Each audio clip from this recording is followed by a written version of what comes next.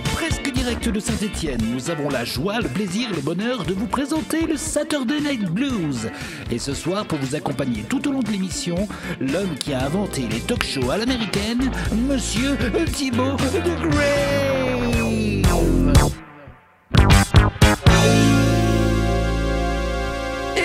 Bonsoir et bienvenue à tous pour ce nouvel épisode du Saturday Night Blues, l'émission où on vous projette des images dans les yeux et on vous diffuse de la musique dans les oreilles. À la régie son, celui qui a pris un poste ô combien important, Monsieur Manu. Il a déjà montré son visage. Il m'a coupé l'herbe sous le pied, ce petit bâtard. Mais je vais le faire quand même. Attention. Et dans le coin gauche, celui qui a remis au goût du jour la chemise à fleurs, comme ses prédécesseurs avant lui, Antoine et Carlos, la terreur des youtubeurs, le plus blagueur sur Twitcher, notre réalisateur, let's get ready to Mr. Lee.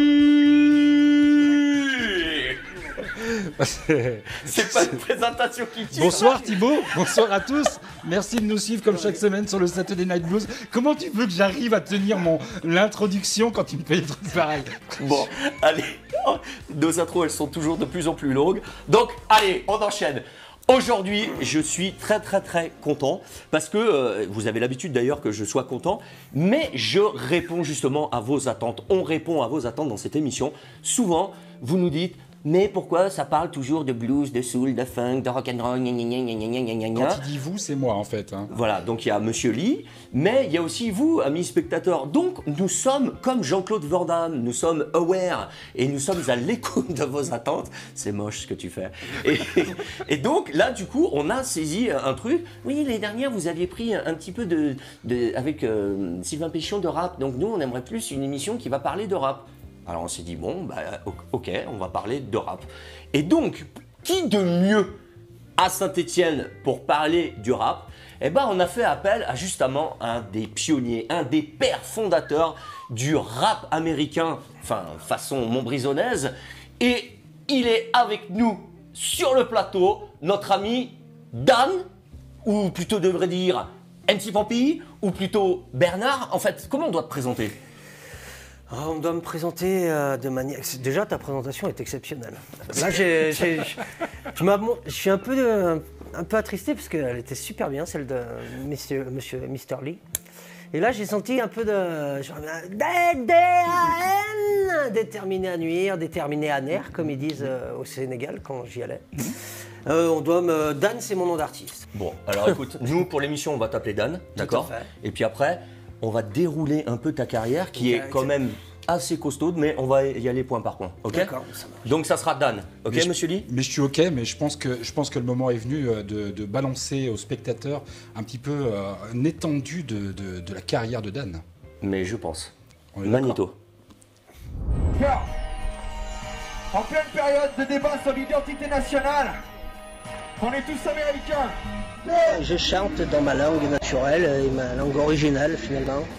Et on essaye de faire un petit peu de la musique finalement. L'accent marseillais a eu son heure de gloire. Il était temps que voilà quoi. Il n'y a pas que la Funky Family quoi. Il y a aussi MC Pampy.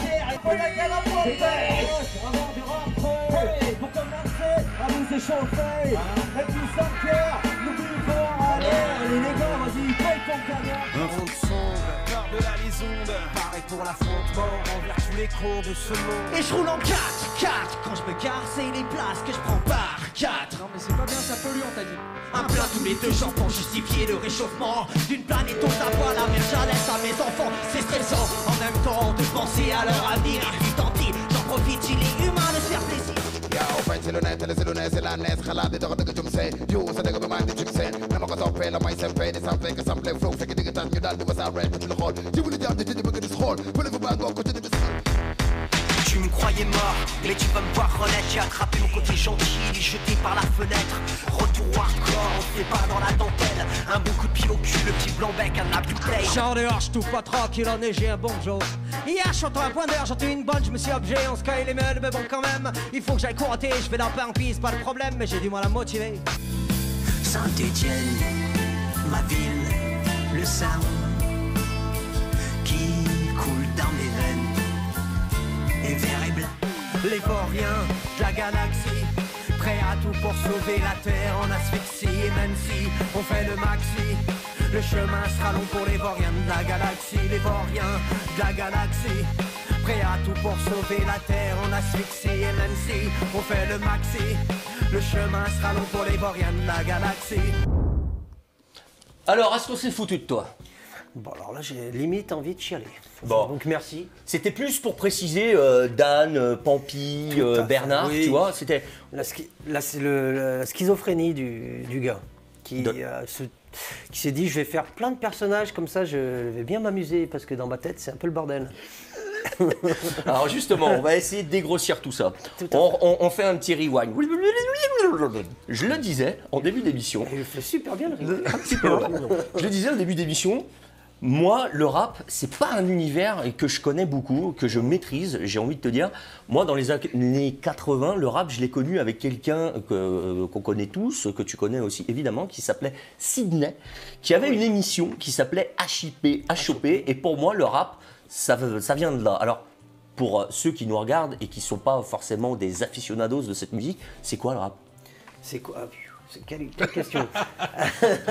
Le rap, bon, on l'a découvert, comme tu dis, avec cette émission, en France en tout cas, HIPHP, là, il a débuté, enfin, on va pas faire l'histoire du rap, mais bien avant aux États-Unis.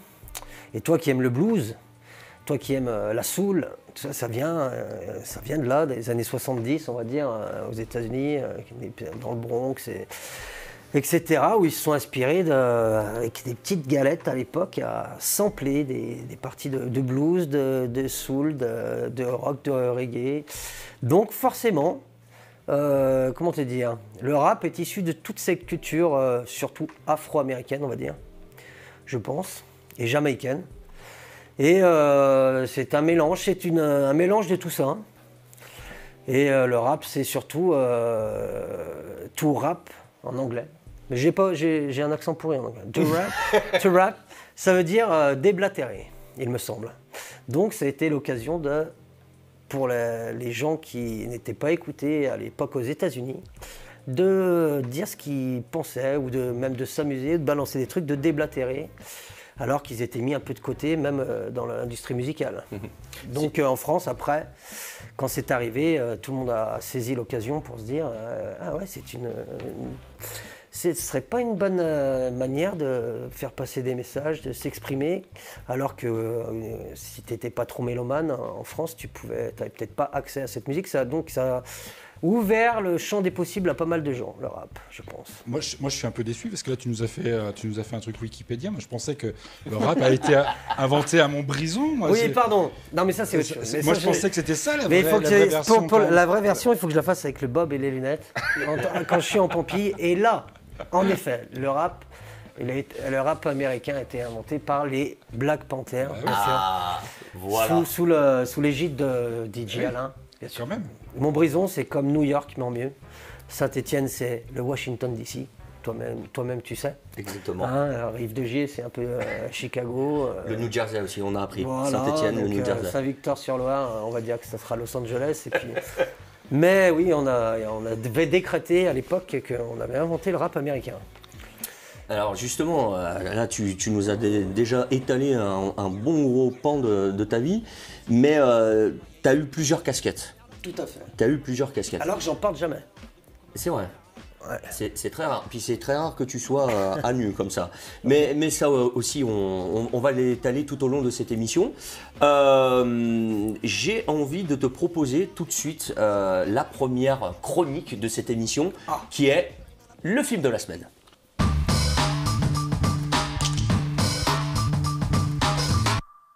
Alors les amis, vous le savez, dans cette chronique, le film de la semaine, on demande à nos invités de venir à cette émission en choisissant un film qui est important pour lui, qui a une certaine sensibilité ou qui a un écho tout particulier. Il doit choisir un film et un extrait de ce film qui doit avoir quand même une connotation musicale. Dan, quel est le film que tu nous as choisi cette semaine? Eh ben cette semaine, bon, pour tout te dire, j'avais à la base choisi Les Bronzés font du ski, ce qui m'a été refusé par la prod. Je sais pas pourquoi. Parce qu'on m'a dit, à cause de la musique, je pense. À cause de la musique. En effet, que la musique n'est pas non plus, ça vole pas très haut. Non, j'avais choisi Non, mais j'ai envie de remettre les choses dans leur contexte. J'ai choisi le film Calvaire, qui m'avait beaucoup marqué à l'époque. Et on m'a dit aussi, la preuve m'a dit, ferme ta gueule, arrête tes idées pourries. C'est le film au monde où il y a une scène où il y a de la musique, sinon le reste, il n'y a aucune musique. Écoute, moi je vais te prendre au mot. Parce que justement, moi ça me plaisait, Calvaire. Ah. Alors, tu sais quoi? On va se regarder un petit l'extrait que tu avais choisi de Calvaire. Tu vas nous en parler et puis après on passera au vrai passage du film de ton choix. Mais on va se regarder un petit extrait de Calvaire.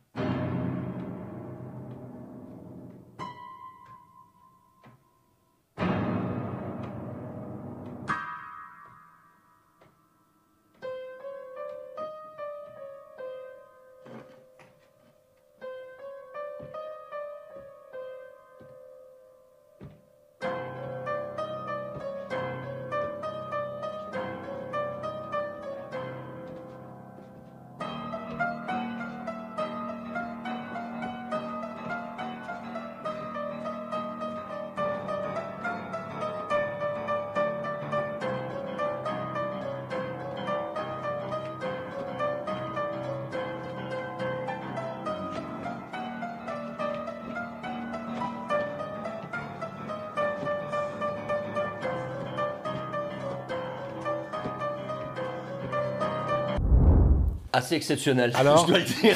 J'en ai pas de couper là. Ça donne envie. Oui, ça donne envie. Je n'ai pas vu ce film. Donc, Eh ben, regarde-le. Regarde-le un soir où tu es tout seul et perdu au fin fond d'une forêt. Ok. Non, parce que ça fait des faux airs avec Délivrance, tu vois. Il y a une ambiance. Je pense que c'est le Délivrance français. Ah ouais, non, mais je suis assez d'accord avec ça. Hein. C'est donc un film de Fabrice Duvels. Qui est belge. Et tu avais une super anecdote, oui, il y avait un réalisateur belge. Et tu avais une super anecdote avec ce film. Oui, c'est parce que moi j'ai choisi, parce que c'était un rapport à ma carrière musicale, bien sûr, qui a commencé en 1998. Autant dire que c'était... La Coupe du Monde. Voilà, c'est peut-être ça. C'est Zinedine Zidane qui m'a permis d'arriver là où j'en suis. Non, c'était... on a regardé ce film à Lyon. Okay. Je sais, bon, des fois je vais à Lyon. Chez Rico, qui est le fondateur de Jarring Effect, et qui avait organisé avec notre manager de l'époque, qui s'appelait Le Psy, Pascal, à qui je fais une petite dédicace, qui était le manager de Red Bong. Ils avaient organisé une tournée dans les Balkans. Enfin, on partait de Lyon, on allait jusqu'à Prague, après en Slovénie, en Croatie, en Bosnie-Herzégovine, en Serbie, après retour. Enfin, il y avait une dizaine de dates en 11 ou 12 jours. Et on a eu la bonne idée de regarder ce film la veille du départ. On partait très, très tôt le matin. Et on jouait on est parti en tournée avec un groupe qui s'appelle Grosso Gadgetto, qui est un groupe lyonnais, avec un chanteur américain qui, ce film l'a traumatisé. Il avait traumatisé un peu tout le monde. Mais lui, on s'est dit, on va arriver en ex-Yougoslavie à l'époque. La guerre n'est pas finie depuis très longtemps. Et on a vu des paysages un peu chaotiques là-bas. Il y avait encore des impacts d'obus. Moi, je suis passé en Croatie, mais il y en a aussi. Surtout quand on était à Banja Luka. Enfin bref, Et donc, du coup, ce film, on veut dire, ça a été le début de la tournée, qui était une tournée, je pense, une des meilleures tournées de ma vie. Mais ça m'a beaucoup marqué. Donc, tu commences ta tournée avec ça, qui te met dans le bain, et tu dis qu'est-ce que je vais voir. Tu vas visiter avec des gens qui sortent de la guerre depuis pas très longtemps. Et qui te parlent de ça et qui constamment et qui s'amusent beaucoup. C'était une des plus belles tournées de ma vie avec Red Bong. Mais ce film m'a marqué. Ok. Mais des fois, on était perdu un peu dans des endroits un peu comme ça, un peu au fin fond d'une forêt avec des terrains minés. J'imagine qu'en ayant le film en tête, ça doit être assez traumatisant. Oui, le rappeur américain qui est de Real Fake MC. Ouais. Lui, par moments, on se demandait s'il était entre le rire et le pleur, et les pleurs, parce qu'il disait ne me laissez surtout pas sur une aire de repos. Il était un peu apeuré, en tant qu'Américain, d'être dans un endroit pareil. Il s'est dit, ils ne doivent pas aimer les Américains là-bas. Okay. Et donc, ce film m'a marqué. Donc, j'avais choisi ce film, et en effet, ça collait pas trop.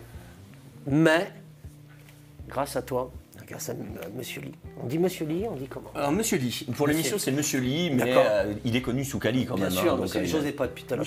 Parce que lui aussi a plusieurs casquettes, j'ai l'impression. Oui. Et donc il m'a fait l'honneur, le plaisir de mettre ce film. Donc comme quoi la prod est pas trop con. Parce que quand tu dis la prod est un peu con, alors, ils sont deux finalement. Mais finalement, non. Ok. Mais Donc, merci. Quel est ce film alors? On s'est rabattu sur Get Out. Ah Get Out. Je l'ai bien dit. Ah, tu l'as super bien dit. Donc Get Out de Jordan Peele de 2017. Et là, Kali, il va reprendre son souffle. Et comme à son habitude, il va nous pitcher ce film. Je vais vous pitcher ce film très peu parce que figure-toi que je pensais avoir préparé une fiche pitch, mais tout ce que je vais dire c'est grosso modo ce que tu viens de dire, c'est-à-dire que c'est un film de 2017, hein, ça, de Jordan Peele. C'est son premier film, ça je l'ai noté, le premier film de Jordan Peele. Et le film raconte l'histoire de Chris. Chris qui va se rendre dans la famille des parents de sa copine, avec qui il sort depuis 4 mois. Donc il va rencontrer toute la famille de sa copine. Un peu plus de 4 mois, je te coupe. Hein. Un tout petit peu plus de 4 mois, mais ça fait pas si longtemps que ça qu'ils sont ensemble. Et il appréhende un petit peu ce rendez-vous parce que il a peur que les parents soient racistes. Et il s'avère qu'il n'a pas complètement tort. Ça va être assez bizarre ce séjour qu'il va faire dans la famille de sa petite amie. Mais je vais pas en dire plus pour pas spoiler le film, parce que c'est vrai que le film repose avant tout sur ces cliffhangers qui sont nombreux dans le film. Donc je vais pas spoiler beaucoup plus.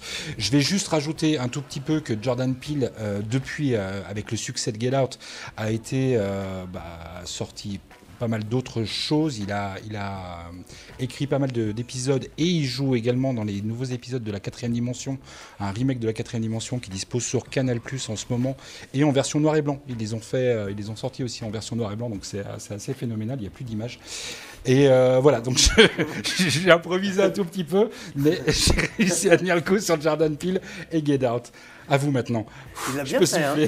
Il a tellement bien pitché le film, c'est qu'il a fait tout, un blackout. Tout halluciné. Pas un Get Out, un blackout il a fait. Non, mais c'était bon. Get Out. Alors, écoute, moi je vais être tout à fait franc avec toi. Ce film, c'est de la merde. Non. Alors non, bien au contraire. C'est que moi je l'avais pas vu ce film. Et je mets un point d'honneur à regarder tous les films que les invités choisissent. Et je me suis pris une sacrée baffe. J'avais pas suivi tout le délire qu'il y a eu autour de ce film. L'acteur principal, Chris, j'ai plus son nom de comédien, enfin j'ai plus son vrai nom. On va dire Chris, le personnage, il a été oscarisé, le film il a raflé plein de récompenses. Et très honnêtement, Kali, quand il m'a dit Dan, il a choisi Get Out, il me dit tu vas pas aimer. Texto, hein. Il m'a dit tu vas pas aimer.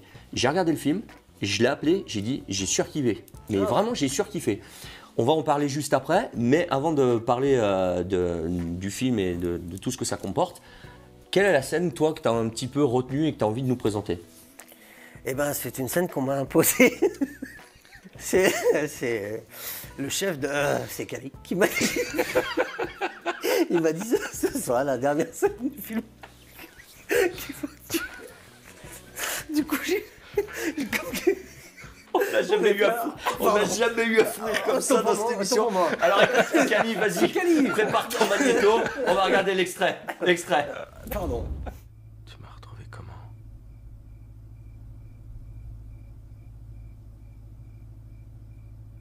Je te rappelle, Chris, que ton pote t'a falté ça. On gère ce genre de truc. C'est notre boulot. Considère que la situation est parfaitement gérée.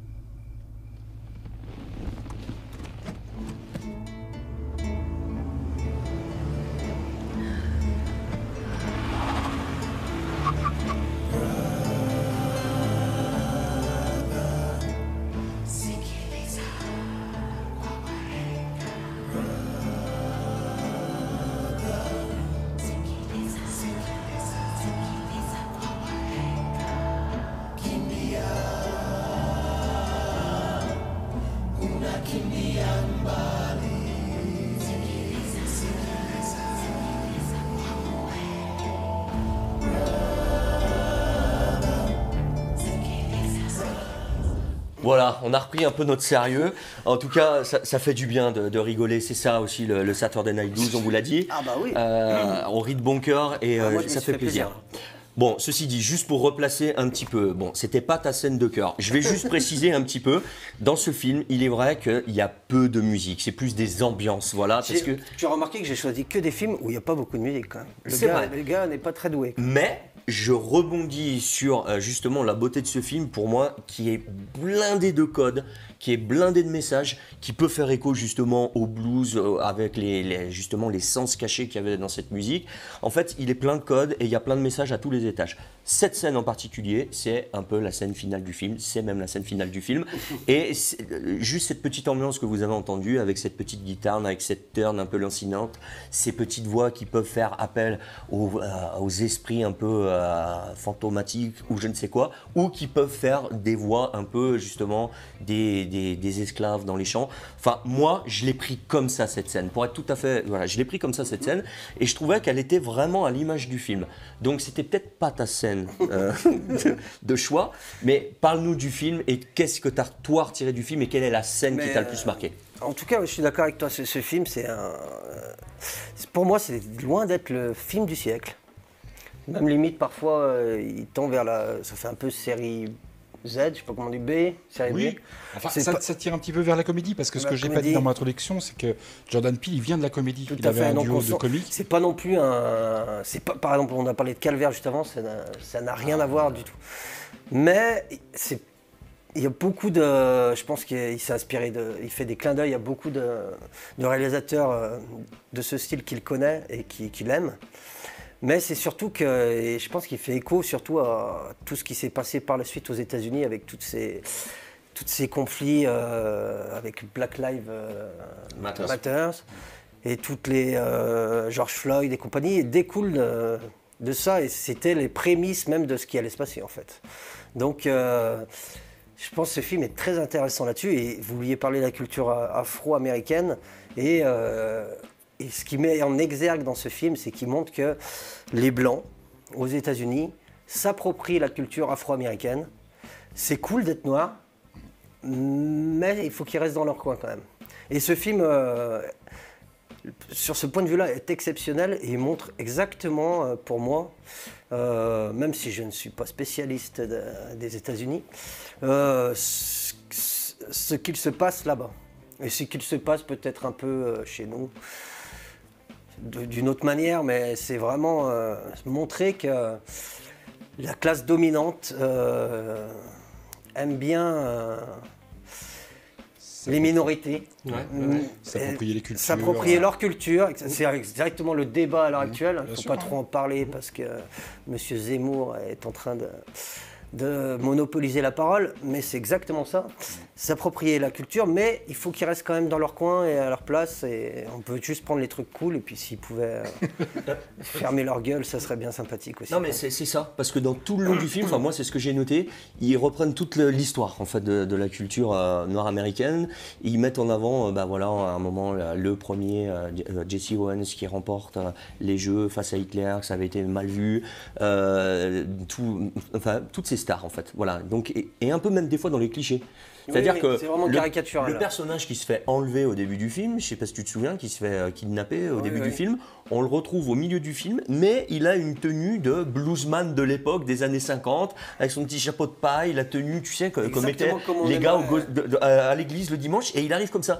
Et moi, je te dis, c'est pour ça que j'ai adoré ce film, c'est que je me suis dit, putain, mais le mec, le réal, il a pris, voilà, tous les codes, les trucs, il les a mis, il a pris la science-fiction, il a pris... Mais vraiment, j'ai passé un bon moment en me disant ah mais toi les trucs gore et tout, mais non, enfin non. Et en fait, il y a de tout dans ce film et on passe un vraiment bon moment. Et là, on a vu la scène finale, mais justement, tu sors de ça, tu dis ah ouais. Et ça fait ça. Je pense que c'est pour ça que ce film a fait écho. Je pense qu'il est beaucoup plus important ce film. Même si, comme je te dis, c'est loin d'être le meilleur film que j'ai vu de ma vie, au niveau de la réalisation, au niveau de... Plus important que, comment s'appelle ce film de ce Marvel qui avait révolutionné Black Panther, par exemple, où les Afro-Américains, ou même qui en Afrique, où ils disaient enfin on a un super-héros. C'est vrai. Et pour moi, au niveau politique, a bien plus d'impact politique ce film-là qu'un Black Panther, par exemple. Donc c'est pour ça que je l'ai choisi. Et c'est pour ça qu'avec la prod, avec Ali, on a choisi cette scène finale qui représente toutes les En tout cas, bravo pour ton choix. Non, sérieux, non, mais vraiment, voilà, il n'y a pas une scène musicale qui t'a marqué, c'était plus le film. Et vraiment, d'habitude, je suis un peu pénible, mesdames et messieurs, parce que je demande aux invités de vraiment choisir une scène musicale et tout. Et des fois, il faut bien me mettre le nez dedans, et force est de constater que tu l'as fait. Mais tu as choisi un vrai bon film, et c'est ça aussi qu'on veut dans l'émission avec Monsieur Lee, c'est essayer de présenter aussi des choses qui sortent un peu des sentiers battus.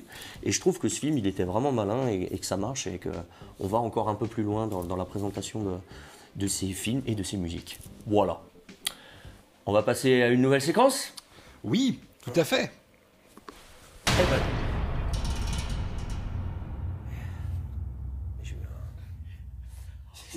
Nouvelle séquence, le test de Rorschach. Alors Dan, je vais t'expliquer. Le test de Rorschach, c'est tout de Rorschach. Donc Thibaut, Rorschach, Rorschach. Tu vois, on va chercher loin. Hein. Ah bah là, il y a du boulot là. T'as compris? Donc qu'est-ce que c'est le test de Rorschach? C'est un test de Rorschach, revu et corrigé par mes soins. Mais l'idée étant, c'est on va te montrer des photos, comme un vrai test. Et par ces photos, et ce que ça va t'évoquer, tu vas tout de suite nous dire spontanément, quand je vois ce truc, ça me fait penser à ça, sachant que normalement c'est lié à ta vie, à ta carrière. Ça doit te faire penser à quelque chose lié à toi, ok? D'accord. On va passer à la première photo. Le kendo. Putain, bravo. Ah bah oui. Voilà. Alors explique-nous ça. Parce que... le kendo, c'est qui est un art martial japonais. Ok. Qui veut dire kendo, la voie du sabre. Ouais. Comme judo, la voie du corps. Alors, on précise que là, l'affiche, c'était l'affiche du film Le Sabre, réalisé en 1964. Alors, pour nos amis téléspectateurs, le kendo, ça crie.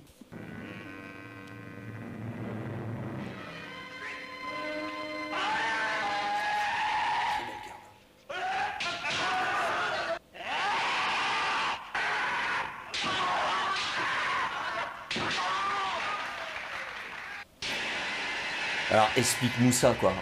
T'es champion de kendo? J'ai champion. J'ai fait beaucoup de kendo. J'ai attaqué le kendo à l'âge de 5 ans et demi. J'ai une petite photo. C'est vrai? J'ai une petite photo. Oui. Premier championnat de France à Saint-Étienne, c'est en Benjamin ça. Autant dire que j'étais petit. Hein. T'as vu qu'on a des bonnes sources hein? J'avais fait 3e. Ah mais on a appris que t'étais un sacré champion de kendo. Ce qu'il y a c'est qu'à Saint-Étienne, c'était à l'époque, et même encore je pense, une des meilleures écoles de kendo de France. Et même par moments d'Europe, hein, parce que il y avait beaucoup de Stéphanois qui pratiquaient le kendo. On attaquait, à la base j'avais fait judo, on faisait mi-judo, mi-kendo, et notre sensei, monsieur Blachon, Ai Sensei, qui regarde peut-être, préférait peut-être un peu le kendo, donc on a tous viré à faire du kendo, qui n'est pas non plus un sport très ultra populaire, avec des centaines de millions de licenciés, mais au Japon par contre c'est un sport, c'est les ancêtres des samouraïs si tu veux, c'est issu des samouraïs de l'époque, il y a plus de 1000 ans, donc c'est très très vieux. Et c'est un des sports nationaux, en dessous du sumo-tori, mais c'est vraiment... Les meilleurs kendokas sont japonais, hein, forcément. Et tu continues un petit peu encore? Et le kendo, j'ai arrêté moi à l'âge de 28 ans. Donc c'était il y a longtemps, parce que je n'avais plus d'épaule. Mais j'en ai fait pendant de 6, on va dire, j'en ai fait pendant 22 ans. Donc vu que Saint-Étienne était une très grande école, on parcourait on a été champion de France, titre de champion d'Europe, etc. Moi, je suis même allé au championnat du monde au Canada, à Toronto, grâce à ce sport. En équipe de France, junior, il y avait plein de potes à moi de Saint-Étienne qui ont eu des grands titres. Et donc, on parcourait même, on faisait plusieurs tournois à travers l'Europe. Donc, ça m'a permis de voyager de Londres jusqu'à Berlin, jusqu'à Zurich, etc., faire des tournois un peu de partout. Et c'était de grands souvenirs. Ça a marqué mon existence. Ah mais on a appris que tu avais eu un beau palmarès. J'étais ceinture noire 3e dan à l'époque. Et donc maintenant je pense que j'ai le niveau de débutant. Je n'ai plus l'épaule. Mais que j'ai des souvenirs plein la tête grâce à... Mais tu pourrais être un peu comme Creed. Tu pourrais être Stallone, tu pourrais enseigner maintenant. Ah, je ne sais pas. Non, il y en a. Je laisse ça à notre professeur, monsieur Johannes Blachon. Très bien. Et d'autres qui ont des grades encore plus élevés que moi, largement. Bon, en tout cas, tu as compris le principe Tout du à test fait. de Rorschach. Donc, on va passer à la deuxième photo. Est-ce que ça te parle, ça? Thibaut, est-ce que tu peux décrire pour Ouais. nos auditeurs? Alors, pour nos auditeurs, c'est deux personnages de profil qui sont en train de regarder quelque chose dans le lointain. Deux personnages de profil qui sont. Est-ce qu'on peut... Est-ce que ça te parle? Ça me parle, ça me fait penser à l'album Divisé de Red Bong. Alors, c'est pas vraiment Ou ça, alors mais t'es sur la voie. Ou des doublements de personnalité qui me caractérisent. Non, mais regarde, ce que je te propose, c'est que je vais te mettre un petit bout de vidéo associé à cette affiche et tu vas tout comprendre. Alors, il n'y a pas beaucoup de son parce qu'on a peur de se faire straquer, mais tu vois ce qu'il y a écrit? Suprême. Voilà, C'est t'as le film compris? sur le Suprême. Voilà, c'est le biopic, sur NTM qui va. Donc j'ai voilà. pas reconnu Joey Star et Kouchen, tu vois. Bah, voilà, donc c'est les personnages de Joey Star et Kouchen. D'accord. Donc, à ton avis, pourquoi je te présente ça? Eh ben parce que c'est ce genre de groupe, un des groupes qui m'a fait découvrir le rap en France, quoi. Et ben voilà. Alors Voilà. parle-nous de ça un petit peu. Ah ben, nous c'était notre grande claque à l'époque de la découverte du rap où des gens comme NTM, IAM ou même j'ai vu passer MC Solar. Même petit, on écoutait MC, tout petit, je me souviens, on écoutait peut-être MC Solar au début ou des raps peut-être un peu moins hardcore, mais moi NTM ça a toujours marqué un petit peu mon envie justement de me lancer parce que je trouvais que sur scène ils étaient très rock. Ils envoyaient, je parle même pas des paroles, mais c'était IAM était peut-être plus, mettait un peu plus de fond. Et des paroles, je dirais pas plus développées, mais plus poussées. Mais sur scène, pour moi, NTM c'était vraiment le top. Et c'est peut-être qu'on a essayé de reproduire avec mon ami Crayon, avec Red Bong. Essayer de balancer de l'énergie tout au long d'un set. Mais c'est plus, pour moi, c'est une ambiance rock, parce qu'on vient aussi de là, on écoutait un peu de tout. Dans l'électro, l'énergie, etc. J'avais envie de te lancer un tout petit peu justement sur cette scène qui a émergé fin 90, début 2000, cette scène hip-hop que beaucoup, en tout cas dans les magazines, qualifiaient ça de rap bizarre. Tu vois cette scène dont je parle, les Zwinkels, les TTC, où est-ce que tu te plaçais, où est-ce que vous vous placiez par rapport à ça, vous? Avec Red Bong, nous, de toute façon, le souci, c'est qu'ils n'arrivaient pas trop à nous placer. Dans le sens où, vu qu'on mélangeait, on était, je ne dirais pas qu'on est précurseurs, loin de là. En tout cas, en France, il n'y avait pas beaucoup de gens qui mélangeaient. Nous, on avait un live, puisqu'on venait aussi de la techno, du début des... Ceux qui faisaient la musique faisaient des raves à l'époque, et puis nous aussi d'ailleurs. Donc c'était un mélange, une fusion entre l'électro et le rap. Du coup, les gens, même les programmateurs, nous plaçaient souvent avec plus des groupes de rock ou plus des soirées électro. Et dans le rap, en effet, ils avaient du mal, parce qu'ils disaient, vous faites pas vraiment du rap. Donc ils nous plaçaient peut-être, on a souvent joué avec les Zwinkels d'ailleurs. La caution, peut-être moins, mais c'est ça, TTC, il y avait scène dont je parle, hein, c'est vraiment quelque chose de un peu décalé. Ouais, en effet, mais on n'était pas considéré comme la mouvance rap. Mais c'était un petit peu leur cas aussi à eux. Il y a un très beau documentaire, moi je le place ici, pas dans les recommandations. Ça s'appelle Un jour peut-être, c'est dispo sur YouTube. C'est un documentaire qui dure 1 heure. Et c'est justement sur ces mecs-là, là que tu parlais de la caution, Zwinkels, etc. Tous ces mecs-là qui ont eu un gros succès d'estime, mais qui n'ont jamais percé parce qu'ils n'étaient pas assez dedans ou pas assez dans les pas assez commercial, etc. Et Un jour peut-être, moi je vous le conseille, je te le conseille sur YouTube. Voilà. Mais c'est vrai que c'est une scène qui a jamais vraiment percé et qui. Enfin, elle perçait sur le live en tout cas. C'est ça, ouais. Il y avait donc les gens, il y avait vraiment du public. Nous, on a fait grâce avec notre groupe Red Bong, on a pu accéder à quelques grosses scènes et on partageait des fois l'affiche première partie de ce genre de groupe. Parce que ça osait mélanger peut-être un peu plus de... C'était mi-punk, mi-soumis, mi-rock, mi-punk, mi-rock, mi-électro, c'était...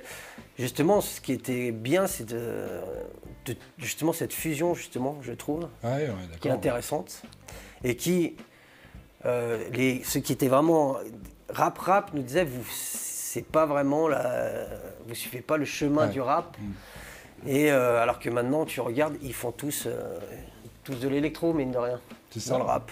Donc ça a évolué finalement, c'était juste. Mais on a quand même souvent joué avec par exemple un groupe comme La Rumeur, qui était plus dans une lignée rap. Et là, c'est ce genre de groupe avec qui on pouvait par exemple jouer. Ouais. Donc on était un peu partout. Vous ont ouvert, ils ont ouvert la voie et ils ont ouvert la voie pour bon nombre de groupes émergents et vous avez un peu. Oui, enfin non, en tout cas on pouvait. Ce qui était pratique aussi, c'est qu'on pouvait être placé dans plusieurs soirées différentes, quoi. Donc on a fait on a joué dans des Technival que des squats à la base, que des premières parties de Mickey 3D, dans des théâtres avec Loïc Lantoine à Paris, que des théâtres antiques de Vienne avec je ne sais plus qui c'est qu'il y avait, mais on pouvait être placé, finalement on arrivait à se placer un peu n'importe où, parce que on mélangeait un peu tout. Okay. Des fois on disait peut-être aussi des choses qui... Vu qu'on était un peu rentre dedans, par moments, il y a certaines scènes qui ne nous acceptaient pas. Mais en tout cas... ah oui, c'est arrivé ça? On avait tendance à envoyer quelques crottes de nez à quelqu'un. Et il y avait certaines personnes qui quand, en fait, vu qu'on mélangeait on fusionnait un peu tous les styles, il y avait certains styles qui n'acceptaient pas qu'on se moque d'eux. Donc on avait beaucoup de il faut faire preuve de second degré dans la vie, il me semble. Et... Tu fais référence au morceau Insectivore? Ouais, Insectivore nous a causé quelques soucis. Ouais. Après, c'était pas... On a pris... quelques insultes en live, quelques bras d'honneur au doigt. En fait, il y en a eu deux, hein, je dis pas de bêtises. Hein. Mais c'est surtout le premier, où on se moquait ouvertement, mais de manière caricaturale, des chapelles, du rap, du reggae et de la chanson, ou pas dans le premier, mais de la techno. Autant dans le milieu des free parties, etc., Magenteux, ça leur posait pas aucun souci qu'on se moque d'eux. Dans le rap, ça faisait pas rire tout le monde, mais on s'est jamais non plus pris trop de charges, à part aux Francopholies de La Rochelle, mais bon, on en parlera un autre jour. Mais par contre, dans le milieu du reggae, là par contre, on était... ils n'ont pas du tout pris ça, ils n'ont pas trouvé que c'était drôle. Alors que c'était tout simplement de l'humour. Ça ne veut pas dire que justement, ça montrait que... Moi, j'ai écouté beaucoup de reggae dans ma jeunesse, parce qu'on ne s'appelle pas Red Bong pour rien, hein, c'est parce que le bong, ça fait partie de notre éveil musical et notre ouverture d'esprit, peut-être un peu trop par moment. Mais on a, comme tous les jeunes de cette époque, et peut-être sûrement maintenant, le reggae était... D'ailleurs, tu as collaboré avec quelqu'un qu'on a reçu aussi, enfin un des membres du groupe de Bing, Comlan, mais tu avais commencé avec eux, avec un groupe qui était le Massa Sound Crew. C'était un crew. Eux, The Bing existait déjà, nous, Red Bong aussi, on commençait, on se connaît depuis le lycée, quoi. Et donc, ils avaient c'était peut-être même Comlan qui avait lancé l'idée avec Jedge, le guitariste du groupe, où il voulait faire un sound system à l'ancienne. Et donc, il avait plusieurs MC de Saint-Etienne qui étaient regroupés. Et donc, nous, avec Crayon, on y était fortement invités, puisque c'était nos amis. C'est pour te dire qu'en plus, Insectivore, quand je dis les reggaeman, ils n'ont pas tous mal pris, parce que nous avions des amis qui en faisaient du reggae. Ça ne veut pas dire qu'on peut... C'est pas parce qu'on est amis qu'on ne peut pas aussi se critiquer, ou pas forcément aimer la même façon de voir les choses, ou la même musique. On est encore bien amis, d'ailleurs. Il n'y a aucun... Mais c'était une pure critique, c'était purement caricatural, comme dans Get Out, justement. Et donc quand on caricature, on pousse le bouchon, le curseur très très loin, pour juste dénoncer un petit peu les travers de chacun. Mais tu me parles de Massa Sound Crew et donc justement on mélangeait un peu tout, rap, reggae, raga. C'était un super sound system dans lequel on a évolué quelques années avec Crayon. Et d'autres, il y a les MC de Datune de l'époque, de la Dubbing, etc. Tu vois que ce test de Rorschach, il est intéressant parce que tu vois, on développe. Mais j'ai jamais dit le contraire, mon Thibaut, jamais. Non, mais je le sais. C'est peut-être trop long. nos amis. C'est peut-être trop long. Non, on n'est jamais assez long, tu le sais. Ouais, On en est à 3 heures d'émission. C'est pas grave, justement. Alors écoute, là c'était pour parler de tes influences rap et avec tout ce que tu viens de nous expliquer, et on enchaîne avec cette troisième photo. Alors ça c'est une petite création, hein. Tu te doutes bien que c'est du Rorschach, hein. C'est du Rorschach mélangé. C'est le dédoublement de personnalité, c'est la schizophrénie ça. Ah, on n'est pas loin, mais qu'est-ce que... Voilà, donc c'est deux personnages qui ont l'air d'être peut-être un peu enfermés derrière quelque chose, qui sont un peu en train de psychoter. Est-ce que ça t'aide? Tu vois, il y a une petite... tu le vois, la petite... la cascade qu'on voit en bas de la tâche, tu la vois? Il est vache, hein, c'est tiré d'un film. Ouais, c'est pour t'évoquer quelque chose d'un peu particulier. Ouais, un film. Une cage, un film, une cascade. Bon, Extrait. allez, on va te mettre l'extrait. Ça va peut-être pas te parler du tout. Ouais. Hein, mais... C'est parce que l'émission est longue, alors je suis fatigué là. Alors, est-ce que tu vois le titre du film? Le film s'appelle Biodôme. Biodôme? Est-ce que tu l'as vu ce film? Pas du tout. Alors Biodôme, en deux mots, c'était dans cette grande époque des années 90 justement, à la suite des Dumb and Dumber, le succès de Jim Carrey et tout. Ils ont essayé de faire un peu pas mal de comédies un peu potaches. Ouais. Mais l'intérêt de Biodôme, c'est que c'était voilà, ces deux personnages un peu nasrock, avec le frère Baldwin, Stephen Baldwin, qui a qu'un film à son actif brillant qui est Usual Suspect, mais ça ne regarde que moi. Et donc dans ce film Biodôme, c'était ils étaient coincés dans un dôme pendant 1 an et ils devaient vivre en autosuffisance avec ce qu'allait produire le dôme, si tu veux, le soleil, les énergies, les bestiaux, les plantes et tout ça. Et c'était une expérience. Donc j'en arrive là avec ce Biodôme pour parler de quelque chose que tu es en train de développer, qui est ton nouveau projet un petit peu avec les enfants. Est-ce que tu me vois venir? Ah d'accord.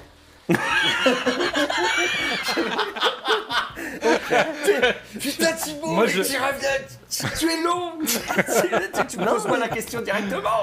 Non mais tu vois, je disais que c'était une bonne idée, mais c'est vrai que la façon de l'emmener est peut-être un petit peu longue. J'avais pas... Non mais d'accord. Tu as compris l'idée? Ah mais j'ai... Vas-y, explique-nous tout ça. Alors donc c'est un... c'est un projet qu'on vient de... qui est en train d'être lancé, qui vient d'être lancé. C'est un spectacle jeune public, comme on dit. J'ai créé avec mon groupe Maestro, avec lequel j'ai fait pendant 4 ans une tournée qui s'appelait Dose le son. C'était une tournée, on avait passé des auditions et on a été pris. Et on devait faire un spectacle qui parlait des risques auditifs. Donc on a joué pendant 4 ans dans tout Auvergne-Rhône-Alpes, dans pas mal de SMAC. On a fait plus de 200 concerts, on a présenté ce morceau. Et vu qu'on s'entendait bien avec Michel et Johan, qui sont là, que tu vois là, et ben on a décidé de continuer l'expérience et de créer un spectacle, parce qu'on a joué pour beaucoup de collégiens et lycéens, et on s'est dit, pour les plus petits, à partir de 5 ans on va dire, en rap il n'y a pas grand chose finalement. Il y a un groupe, là il y a un spectacle qui s'appelle Pénélope, avec des gens de Saint-Étienne et de Lyon qui se développent, mais en rap il n'y a pas grand chose, et on a décidé de continuer et de faire ce projet qui s'appelle Les Vauriens de la Galaxie, où on prend exactement les mêmes personnages que le spectacle d'avant, et on est des sortes de... La planète est en train de mourir, ce qui est le cas. D'ailleurs, ouais, on voit l'album qui c'est celui-là. On a sorti une BD avec l'album dedans. BD plus album du spectacle. Donc là, c'est la folie. Et donc, ce sont c'est un peu, on va parler, si tu vois le film Idiocratie. Ah, mais totalement. Et ben, on part un peu de ce principe là. La planète, elle vaut plus rien. Il y a plus de.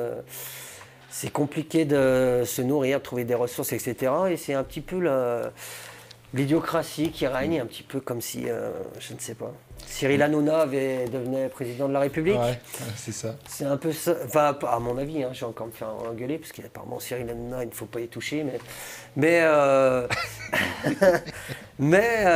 pour nous c'est ça, et ils ont décidé de prendre le pire blaireau de la planète Terre. Ouais. Pour essayer de trouver une solution en allant se balader avec une soucoupe volante dans la galaxie pour trouver une solution aux maux de la Terre. Il est accompagné dans sa mission par un robot joué par Michel qui s'appelle Jordan, qu'on voit là. Et on va sur une première planète, on a trouvé un signal et on rencontre un extraterrestre qui s'appelle Mehdi. Et on va essayer de trouver une solution en se déplaçant de planète en planète. Ouais. Donc c'est un spectacle qui parle d'écologie, qui parle tous les travers et les maux de la société actuelle, on va dire. On va les découvrir sur chacune des planètes avec les enfants. C'est adapté pour les petits, même si les paroles, on va dire, ne sont pas. On n'a pas non plus fait les Chantal Goya, donc c'est pareil. C'est ce que j'allais te demander, c'est à partir de quel âge du coup ça? C'est à partir de 5 ans, 6 ans normalement, mais. Ouais. Vu qu'il y a sur scène, il y a une soucoupe volante.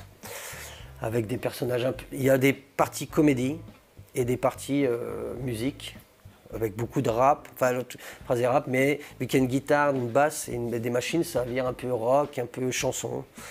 Et donc on se balade de planète en planète pour trouver une solution aux maux de la Terre. Et les enfants, on n'a joué qu'une fois ce spectacle, ils s'amusent bien apparemment. Et donc c'est un spectacle, comme on dit, jeune public. Que vous allez faire tourner. Qui est produit par le Cri du Charbon. Vous avez reçu Louis Mediasoma, qui est produit qui est sous label du Cri du Charbon également. Vous êtes dans la même écurie. Voilà, pour ce spectacle en tout cas. Donc voilà, c'est un spectacle qu'il faut aller voir. Mais donc du coup, si vous voulez en savoir plus, vous avez un site internet, vous avez un Facebook, Les Vauriens de la Galaxie. Et je remarque que tu n'as pas fait ta vanne là. Eh ouais. Dan, le Greta Thunberg de Saint-Etienne, non, tu l'as abandonné du coup? C'était trop sérieux? Ouais, okay. Je vois que tu l'as gardé, ok. Non, c'est pas moi le Greta Thunberg. Non, mais c'est bien que vous soyez un peu les porte-parole. Oui. Mais comment te dire, en plus, moi, justement, enfin, pas 5 heures d'émission, mais je suis loin d'être le gars le plus écolo de la Terre. Hein. Je m'envoie aussi, je me sens un petit peu ridicule par moment par tous mes actes, tout ce que j'ai fait dans ma vie. Donc, pour ça je dis, désolé, on vous laisse, c'est de notre faute. Hein. Moi, Tu te mets dedans. Ah oui, mais je ne suis pas le plus grand écolo de la planète. Loin de là, je pense qu'il y a... J'ai encore du boulot. Allez, faut t'avouer à moitié pardonner, voilà. Et en plus tu te donnes pour les gosses, donc allez, on te accordé. Écoute, on va s'en arrêter là avec ce petit test de Rorschach. Ah non, il y en a un dernier, il y en a un tout dernier. Oui, il y en a un dernier, mais en fait, je vais le fusionner avec quelque chose qui est important. Donc on va montrer la photo, on va la montrer. Allez, montre-la parce que voilà, ça tient à cœur. Ah, quand même. Les nichons, le soutien-gorge de Saint-Etienne. Voilà, donc Saint-Etienne. Donc, la ville, le sang qui coule dans mes veines est vert et blanc, bien sûr. Voilà, donc ce sont nos fameux crassiers pour ceux qui ne connaissent pas Saint-Etienne. Nous sommes une ancienne ville minière, donc tout de suite pour nous, amis stéphanois, quand on voit ça, c'est un peu nos montagnes. Hein, la ville aux 7 collines, comme Rome. Exactement. Mais je vais en arriver par là, et c'est là que tu vas me voir venir. C'est que là, on parle de tes différents personnages. On va en parler d'un qui est très très important. C'est celui-ci, c'est notre ami MC Pampi, qui est quand même une institution maintenant à Saint-Etienne. Alors déjà, MC Pampi, pour ceux qui ne savent pas, qu'est-ce que c'est une Pampi? Qu'est-ce que c'est la Pampi? Ah, la Pampi, hein, Stéphane, en gaga, Stéphane, c'est la fête, c'est la bringue, quoi. Et pourquoi MC avant? Parce que ça veut dire, c'était une petite référence, vu ce personnage est issu des Black Panther, on faisait des références à tous les rappeurs. Et à l'époque, on disait beaucoup, il y avait comme MC Solar, comme MC Circulaire, bon c'est différent, c'est pas le même genre de poésie. Mais MC, à la base, ils s'appelaient tous MC, les rappeurs, c'était les maîtres de cérémonie, de Master of Ceremony. C'est ça. Et donc, j'ai dit MC Pampi, comme ça, parce que Alain m'a dit, il faut que tu trouves un nom, parce que ça peut plus durer. Alors, tu as créé le MC Pampi, et le MC Pampi, ça donne tout bêtement ça.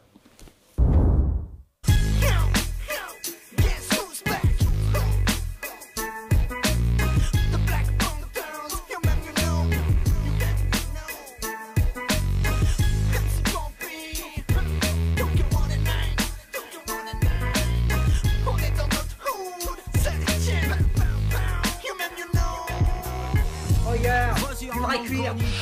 Pour enregistrer un Jean-Paul Guichard, ça c'est bon. Une casquette impériale.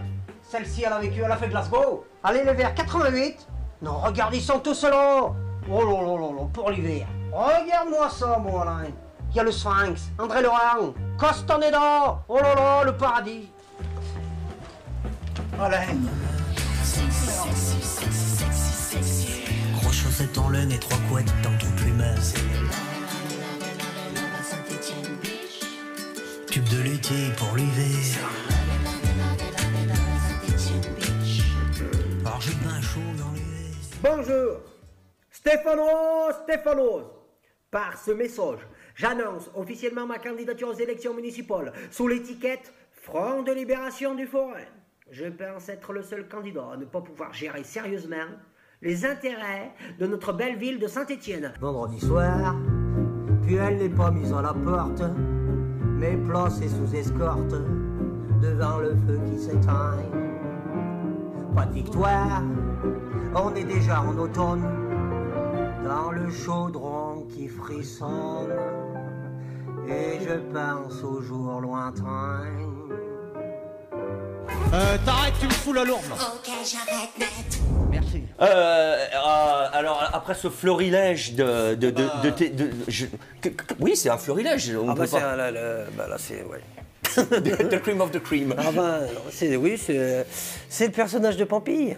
Écoute, alors, qui est né il y a pas mal d'années. Hein, qui est né en... Alors moi j'ai une anecdote si je te coupe. Oui, parce que ton ingé son, ton ami Nico, voilà, ouais. En préparant cette émission, on a essayé de chercher un peu des dossiers, hein, c'est normal pour présenter les invités. Et je lui dis mais comment s'est créée cette histoire de Pampille? Il me dit mais à la blague, c'était une connerie de karaoké. C'était pas le karaoké, c'était une connerie d'après-midi à 4 grammes à Montbrison. Vas-y, dis-le. Chez notre ami Alan, dit Pilouphase, un des grands rappeurs du coin, qui était dans la 5e colonne, un des groupes très connus à l'époque. Pilouphase, lui, là, le CD noir, là. Très bon album celui-ci. Un de mes albums préférés de Pilouphase. Et qui, sous ses couvertures, qui est un univers très dark, très sombre. Mais par contre, il se trouve que lui aussi est complètement schizophrène et peut être complètement débile. Et il a créé ce personnage de DJ Alain où il fait tout et n'importe quoi. Où il aime autant Emmanuel Moir que les Gros Nichons, que d'autres trucs. Et il a créé, c'est lui qui a l'initiative de ce crew des Da Black Panther, qui sont censés être des crews qui a inventé le rap américain. Donc il faisait à la base, on n'y était pas, avec Crayon de Red Bong, qui eux faisaient des parodies de morceaux de rap. Et un jour ils nous ont dit, vu qu'on s'entendait bien, qu'on était des potes, on faisait tous de la musique un peu sérieuse, mais on aimait bien déconner aussi. Donc il nous a dit, vous préparez un morceau, ce serait bien que tu en prépares un avec l'accent de synthé, et puis en gaga, et puis tu le poses à la maison. Crayon, on avait préparé un de son côté. Et donc on l'a enregistré et on l'a balancé sur le net. À l'époque, il n'y avait pas Facebook ou machin, il y avait peut-être que MySpace, je crois, je ne sais plus. Mais ce morceau, il s'est avéré alors que c'était une blague. Et c'est d'ailleurs toujours, ce qui est bien, c'est que c'est toujours une blague. Et juste là, Da Black Panther, regarde, tac. C'était une vraie blague qui, du coup, a pris de l'ampleur. Donc le morceau Une journée de fou a été bien partagé. Je me souviens vraiment bien de cette période parce que moi, je traînais pas mal du côté de la fabrique à ce moment-là. Ah ouais. Et je me souviens quand vous aviez enregistré ça, et c'était parti. Je vous avais vu sur un marché, je vous avais interviewé sur un marché. Tout à fait, ouais. Et les gens venaient, vous interpellaient, c'était... Ouais, il y a eu un mouvement de... Enfin, ce morceau a fait parler. Ouais, peut-être parce que aussi, il y a un manque, peut-être. Il y avait, peut-être à l'époque en tout cas, il y avait... Ah mais sérieusement. Même, donc pour la petite anecdote, c'est Michael Furnon, Mickey de Mickey 3D, qui à l'époque on voyait de partout. Hein. On voit un peu moins, il se cache, mais... Non, parce il collabore, il fait beaucoup d'écriture, Oui, notamment oui, il non, a bossé avec Mr. Matt, dire, notre ancien parrain. C'est pas qu'il fait rien, c'est juste qu'il... Le Il écrit pour les tout autres. ça, c'est pas sa tasse de thé.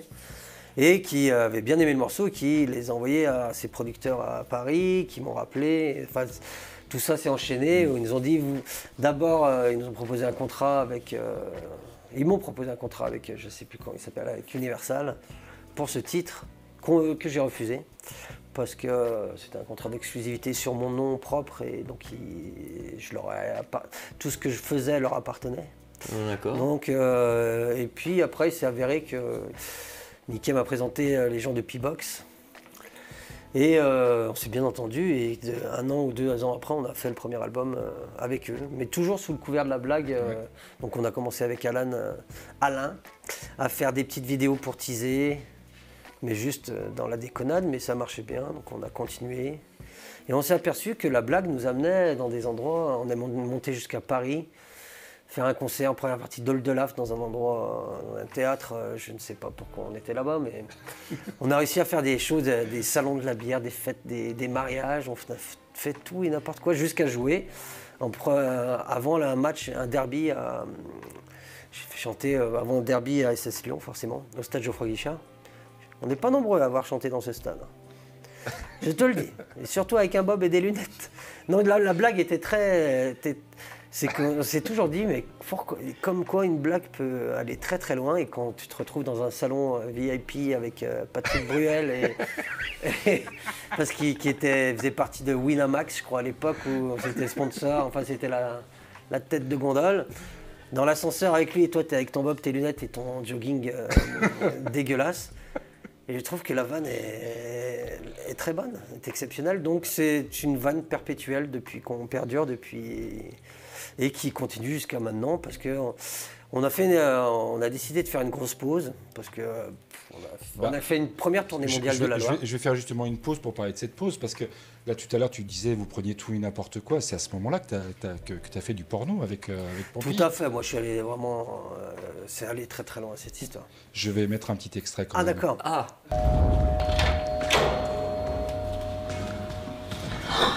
Bonjour, les réparateurs Stéphano. Vous avez un souci de Péritel? Oui, c'est par là.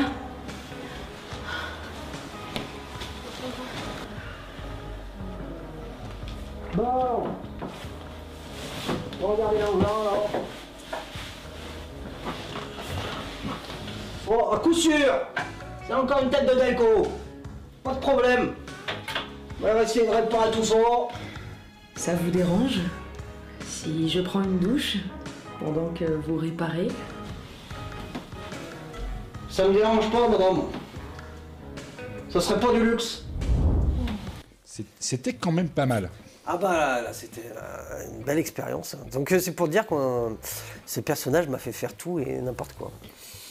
Moi, Mais c'est drôle. Oui, parce que en fait, tu peux aller sur tous les terrains. Mais quand je dis tous les terrains, c'est tous les terrains, quoi. Tout à fait. On peut beaucoup s'amuser. Alors voilà, on va mettre à l'image, hop. Du coup, on a fait un comeback. Voilà. Comeback. Alors parle-nous de ce comeback là. Ah bah c'était après des années de show business, de showbiz forésien, sex, drug and rock'n'roll, la tournée mondiale de la Loire, ça fatigue. On se met en pause. Tu sais plus où t'en es, Voilà. tu te replies sur toi-même, dans ta villa, avec ta berline de luxe. Et puis forcément, t'as dépensé tout l'argent de tes royalties. Des royalties, parce qu'on t'avait annoncé beaucoup plus. Mais bon, vu que tu as signé avec des producteurs parisiens, ils t'ont fait la moitié des trucs. Et finalement, il s'avère que tu as touché que la moitié de ce qu'on t'avait demandé. Un peu comme la SS avec Mediapro, si tu veux. Dépenser l'argent qu'on t'a promis, mais qu'on t'a jamais donné. Donc c'est exactement ce qui m'est arrivé. Et donc du coup, là, je ne sais même plus si je suis Pompille. Enfin bref. Il fallait faire du Rocheteau à nouveau, et donc nouvel album, Remontada, comeback. Et un peu moins justement centré sur le football. On va écouter tout à l'heure des titres. On est plus proche finalement des Vauriens de la Galaxie, c'est-à-dire qu'on parle d'écologie aussi. Oui, ou de Red Bull. mais on est plus proche de ces thématiques-là. Enfin, Oui. C'est pour ça que on s'est dit on va refaire un album, mais on va essayer de faire un truc un peu moins potache et se servir justement de ce personnage pour pourquoi pas passer des faire messages. comme je le fais dans d'autres groupes comme Red Bong ou comme je l'ai fait dans Mondo Gift ou je le fais dans Les Voyants de la Galaxie. L'humour, le personnage permet de faire passer aussi des messages. Un clown, juste sous couvert de l'humour, peut faire passer plein de messages. Mais donc, voilà, c'était une envie de... Il fallait faire une pause. Il fallait faire une pause pour mieux revenir et continuer à le faire avancer. On a bien mis en avant justement avec Alain ce côté un peu schizophrène. C'est pour ça qu'on avait fait un premier épisode pour faire le comeback du personnage, où il avait perdu son accent, il avait tout perdu, et on s'était inspiré de, comment s'appelle ce film, c'est Marvel, Venom, avec quelqu'un qui lui parle dans sa tête. C'était Pampille, jusqu'à ce que Pampille reprenne le dessus en fait. Non mais on est un peu complètement con. Hein. Non, mais c'est vrai que c'est quelque chose dont on n'a pas forcément beaucoup parlé, mais en fait Pampille, il y a la musique, mais il y a aussi le personnage que traite Alan dans ses vidéos. Tout à fait. Donc il y a un petit peu deux entités, enfin c'est la même, mais quelque part, j'avais lu une interview où tu disais on a deux publics, on a le public qui s'intéresse à la musique et le public qui va regarder encore plus, vu pour cet album, le deuxième album, moi je m'étais totalement écarté des réseaux sociaux parce que ça m'avait gonflé. Facebook m'avait fatigué. Mais parce que puis, ça m'intéressait plus trop. Mais quand je suis allé voir le label Casamance Prod, qui ont été bien gentils de produire cet album, ils m'ont dit par contre, je suis fort désolé, mais on n'a pas le choix, on est obligé de passer par les réseaux sociaux. Tout le monde est obligé de le faire dans la musique. Et donc, c'est juste pour dire ça, c'est que on a fait 3 épisodes, on s'est dit on va faire des longs épisodes pour faire revenir le personnage. Avec Alain, on a vraiment fait plus comme une mini-série sur 3 épisodes. Et après, il fallait faire vivre le truc parce qu'ils m'ont dit il faut que tu aies un Instagram. Et Instagram, je ne connaissais pas, c'était des versions courtes. Donc j'ai commencé à faire des petites vidéos de mon côté avec mon portable comme ça pour délirer. Et c'est avéré. Et puis, vu que j'aime bien suivre forcément mes VR, la SS, c'est pas que le personnage moi j'ai toujours regardé les matchs depuis tout petit, où je suis allé souvent, j'allais souvent au stade aussi, mais je me suis dit bon on va se servir je commençais à délirer sur les verres et c'est avéré que ça a bien marché, les gens ont suivi de plus en plus des fois je voulais m'arrêter mais je recevais des messages en me disant on attend ta réaction, machin. Et je me suis pris un petit peu au jeu, même si des fois, je l'ai fait un peu à contre-cœur, parce que j'avais pas grand-chose à dire, vu qu'ils jouent comme des caves depuis 3 ans, et qu'on s'ennuie ferme la plupart du temps, mais j'arrive à m'amuser. Donc, et il y a une partie du public qui ont découvert Pampille depuis pas longtemps, finalement. Ouais. Et qui, la musique, ils en ont tout. Dès qu'on met un truc sur la musique, il n'y a aucune réaction. Okay. C'est le personnage. Il y a beaucoup moins de réactions que si on met un truc, une vidéo, sketch. Mini-sketch ou machin, qui lui, là, il y a des gens qui vont suivre que ça, ou qui me demandent plus, ils voudraient faire plus.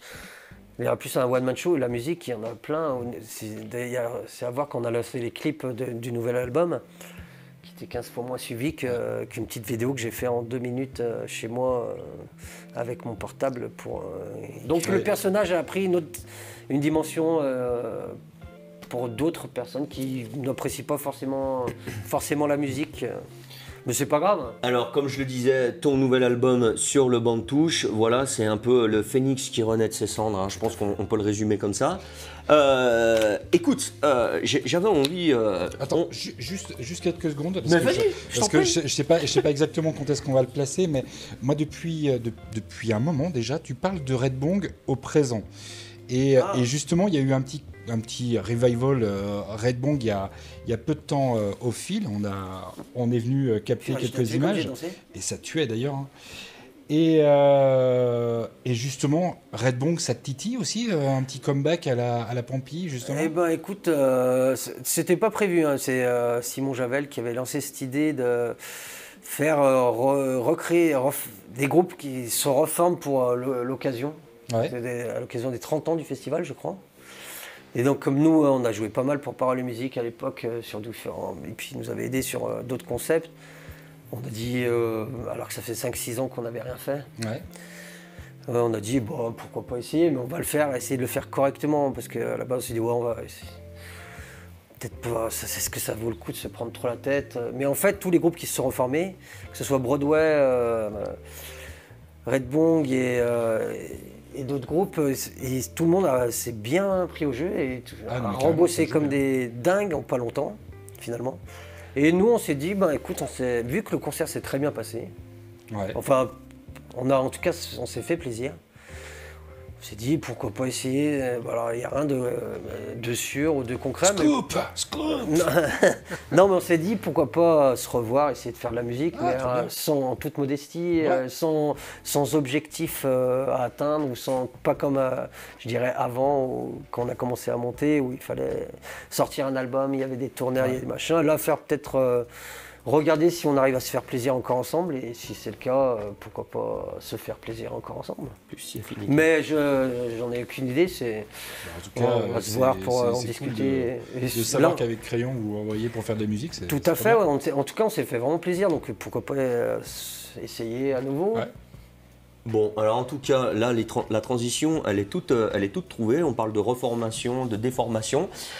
Dans cette émission, cette nouvelle saison, l'idée est de mettre en avant des talents locaux. Là, on vous présente Dan, MC Pampille, Bernard dans les Vauriens de la Galaxie. Mais on a d'autres forces vives à Saint-Étienne. Et aujourd'hui, on a envie de vous présenter un Stéphanois qui traîne ses guêtres depuis une dizaine d'années sur Saint-Étienne et la région Rhône-Alpes. Il s'appelle Bart Bird et en live, ça donne ça.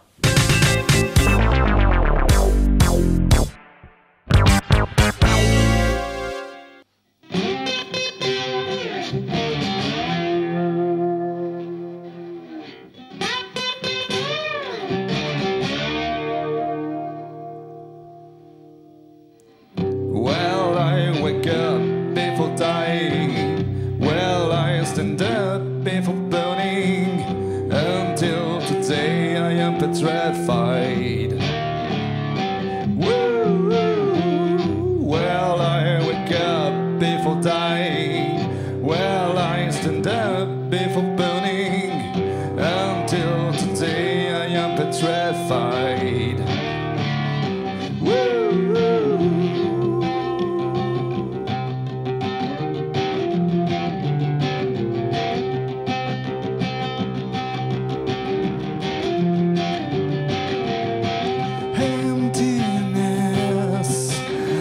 This bottle I have done in one emptiness, like this black hole linked up to the sky.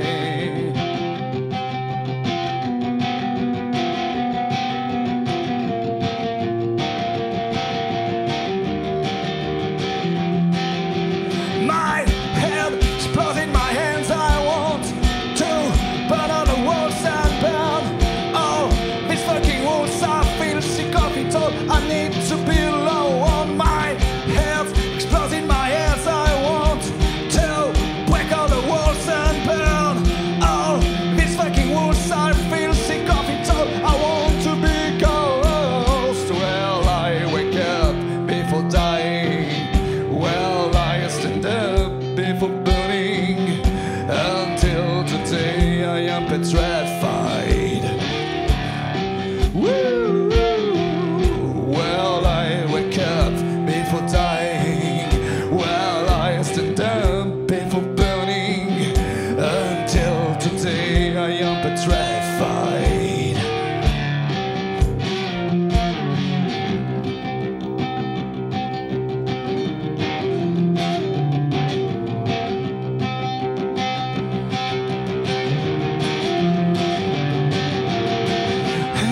Emptiness, like this battle I have done in one. Emptiness, like this black hole and up to the sky.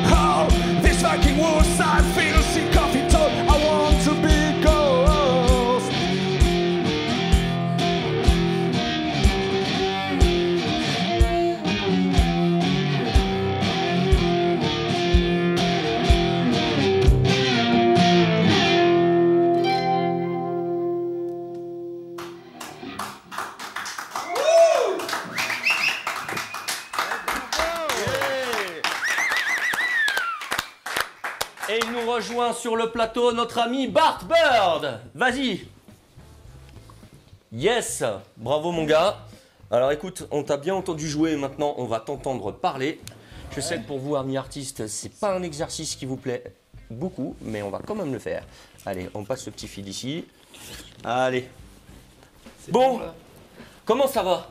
Bah ça va bien, tranquille. Bon, tu nous as joué un petit Emptiness, extrait de ton album In the Light of Darkness. Ouais, c'est ça, tout à fait. Du dernier album, je dirais du seul album en tout cas. J'avais fait déjà un album, mais vraiment très autoproduit, dans le sens où je faisais moi-même les jaquettes avec la photocopieuse, etc. Donc un jour, je me suis dit, ce serait peut-être bien que j'envoie ça à quelqu'un qui le fait bien. Ouais. Donc tu es Bart Bird, tu es artiste local, tu traînes tes bottes dans la région Rhône-Alpes depuis plus de 10 ans. Mais j'ai envie de te dire, présente-toi, mais qui es-tu, Bart Bird? Eh bien oui, depuis 2010, je peux dire que ce concept a pris vie, puisque c'est mon premier concert en 2010 avec Bart Bird, même si j'avais trouvé ce nom il y a très longtemps en fait. Déjà quand j'étais dans des groupes de musique, plutôt rock et metal, et dans mon coin je faisais un peu de trucs tout seul aussi, ça s'appelait Bart Bird, mais je faisais pas encore de concert, quoi. Alors en off, je t'ai demandé d'où ça venait ce Bart. Est-ce que tu t'appelles Barthélemy? Est-ce que tu t'appelles... Et comme tout bon artiste qui se respecte, tu as fusionné deux noms. Alors dis-nous d'où ça vient ce Bart Bird. Eh bien Bart, c'est le début de mon nom de famille. Voilà. Et Bird, c'est un surnom qui vient du collège. Deux origines à ce surnom, si c'est intéressant. Ça commence par Larry Bird, qui est un basketteur qui shoot surtout à 3 points. Et à l'époque, j'aimais bien shooter de loin. et puis après, ça s'est transformé en Birdie, parce qu'il y a un pote qui m'a comparé au mec qui joue dans Birdie, justement, d'Alan Parker, là, le mec qui kiffe les pigeons et qui est un peu tout seul dans son pigeonnier. Voilà, mais du coup, j'ai gardé Bird plutôt. C'est un bon nom de scène. Franchement, ça le fait. Ouais. Non seulement c'est un bon nom de scène, et puis tu as vraiment quelque chose de... C'est hypnotique cette musique. Franchement, parce que tu as un style qui est vraiment très propre à toi, quoi. Je n'ai pas souvent entendu ce genre de choses. C'est vraiment prenant. Nous, tu l'as compris pour cette émission, voilà, on a envie de mettre l'accent un peu sur les forces vives, les talents locaux. Ouais. Tu en fais partie, comme je l'ai dit. Et puis notre invité aujourd'hui, Pampille, quoi, MC Pampille. Ah bah oui. Alors, je suis d'autant plus content, c'est que quand on t'a fait l'invitation pour venir et qu'on t'a dit on va t'associer à MC Pampille, ta première réaction, et je ne vous mens pas, il a fait « Sérieux Pampille? Mais c'est trop de la bombe !» Donc, quel est ton ressenti un peu sur Dan, sur Pampille, sa musique? Moi j'adore sa musique en fait. Donc ouais, quand tu m'as dit tu vas jouer avec Pampille, putain c'est vrai ça, c'est quoi, c'est une blague? En plus c'est vrai qu'on se connaît pas. J'ai eu ce coup de fil il y a peu de temps pour préparer tout ça, mais ouais, du coup je me suis mis pour pouvoir jouer avec Pampille, c'est super, quoi. Je le rappelle pour nos amis, ça c'est ton dernier album In the Light of Darkness. On peut préciser aussi que tu fais souvent les premières parties d'un quelqu'un qu'on a déjà reçu dans l'émission, c'est notre ami Louis Mezzasoma. Vous avez un petit feeling aussi tous les deux. C'est vrai, on en est à notre 3e concert ensemble. Ouais, donc c'est cool de jouer avec lui, d'être sur scène.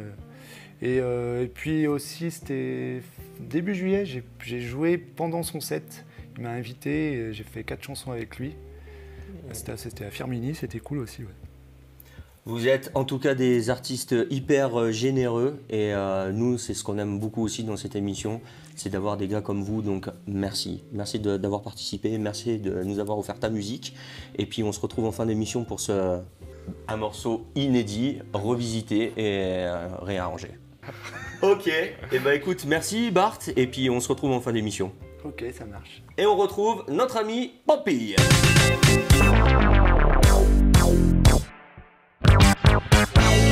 Et on est de retour avec Dan qui reprend sa place parmi nous. Hop, voilà. Superbe.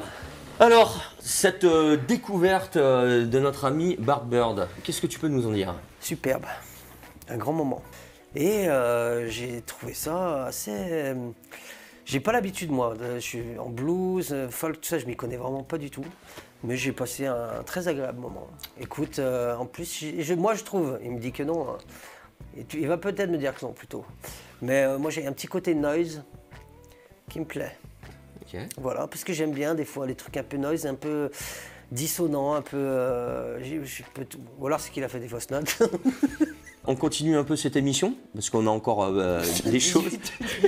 On en est à l'intro. On a à l'apéritif. On va arriver à une séquence que j'affectionne tout particulièrement. C'est une séquence un petit peu qui va faire appel à la nostalgie, à ton enfance. Et Madeleine de Proust. Ouais, mais qui est pour moi. Il y en a un peu partout dans le décor.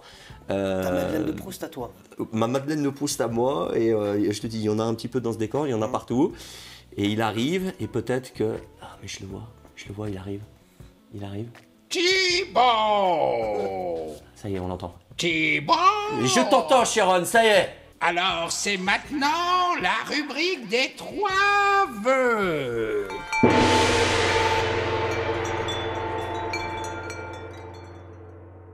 Voilà, Sharon. donc j'ai un peu perdu. Mais elle a pris un coup de pelle, Sharon Stone.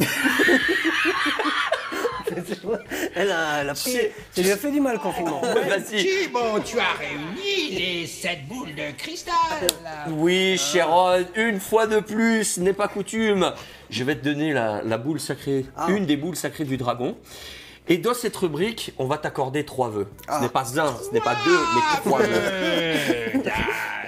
3 vœux, Bernard, 3 vœux, Papy, ça fait 9 vœux. C'est que 3. Donc tu as le droit à 3 vœux. D'accord. Dans l'ordre que tu veux, mais si tu avais 3 vœux tout de suite. Ah, mais c'est pas une connerie. Ah non, c'est pas une connerie, là c'est sérieux, on redevient sérieux. Si tu avais la possibilité, là voilà, Sharon il est là, hein, il t'exauce 3 vœux. Sharon. Le premier vœu, Sharon Stone, qu'est-ce que tu voudrais? Mon Sharon, j'ai envie de revivre la scène culte de Basic Instinct, moi personnellement. Mon Sharon. Mais dans le film, tu voudrais être acteur du film. Avec un mec. Accordé. Mais quand elle était. Accordé. Accordé. Voilà. Je l'ai accordé 3 fois. On peut pas y arriver à la finir cette émission. Sharon Stone. Ah ben là, c'est voilà. Bah, moi c'est bon. Ok. J'ai plus besoin de plus Donc ton deuxième vœu, moi ça me va. Ça me va. J'étais parti sur un truc pacifique et tout, mais non, ça c'était parfait. Je pense que grâce à ça, on va. Comment dire, un vœu supplémentaire. Oui, à ton deuxième vœu. Mon deuxième vœu.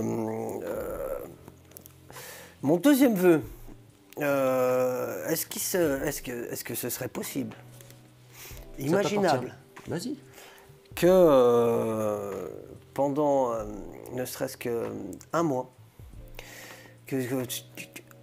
on arrête Internet et la télévision? Il est bien ce vœu. Qu'est-ce que t'en penses? Ça t'appartient, c'est à toi. Est-ce que Sharon il va l'accorder?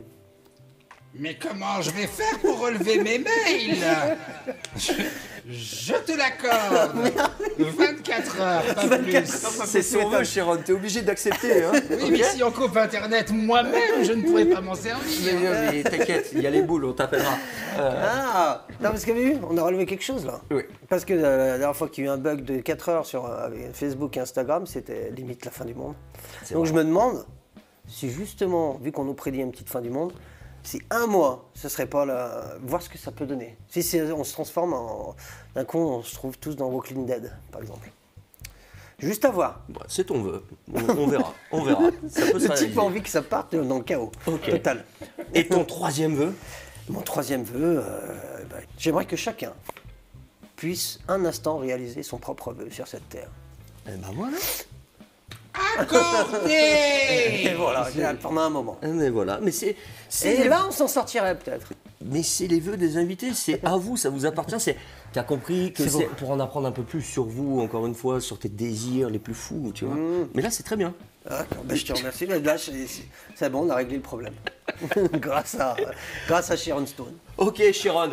Bon, écoute, j'ai voulu te surprendre et je pense que je t'ai surpris, Sharon. On se dit à la semaine prochaine? À la semaine prochaine, Thibaut. À la semaine prochaine. À plus. Ok, Dan. On en arrive tout doucement à la fin. Attends, si t'aimes pas ta boule sacrée. Ah oui. Dan, avant que Pampy avant que tu prennes les apparats de Pampy et que tu transformes et que tu retrouves notre ami Bart Bird, on va arriver à la dernière rubrique de cette émission, qui est la rubrique hors sujet. Alors la rubrique hors sujet, qu'est-ce que c'est ?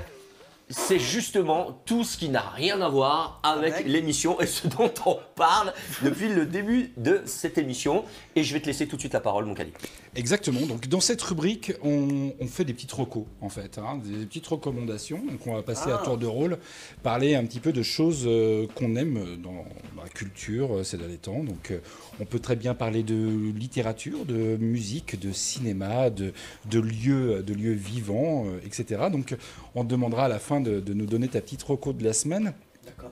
Mais en attendant, moi, je vais attaquer avec ma reco. Et ça va pas être une reco, ça va être des recos. Parce qu'à la base, je voulais parler de la série sur le Wu-Tang, un American Saga. Malheureusement, je me suis rendu compte que la série n'était pas diffusée en France. Elle est diffusée sur Hulu. Donc moi j'ai vu quelques épisodes en VO, mais bon ça me semblait un petit peu périlleux de vous recommander ça. Donc je suis parti sur autre chose. Je suis parti sur une série qui s'appelle Dave. Alors Dave, aka Lil Dicky. Lil Dicky. Donc c'est une série qui a été diffusée sur Canal+. On en est à la seconde saison qui vient de s'achever. Ça parle de Dave, un personnage assez névrosé, convaincu qu'il est destiné à devenir une grande star du rap. T'en parlais, des gens un petit peu convaincus qui sont destinés à de grandes choses sans même avoir jamais rien fait. Mais en l'occurrence, on va le suivre. Il va se donner beaucoup de mal pour arriver à faire ce qu'il veut. Et il y arrive. Il y arrive, je spoil pas grand-chose. La série est un petit peu tournée un petit peu comme la série Flight of the Conchords, c'est-à-dire qu'il y a des morceaux chantés, donc il y a du rap et de la comédie. C'est très drôle. J'ai adoré Dave, aka Lil Dicky. Lil Dicky pour petit pénis, c'est son sigle quand il se fait prendre en photo.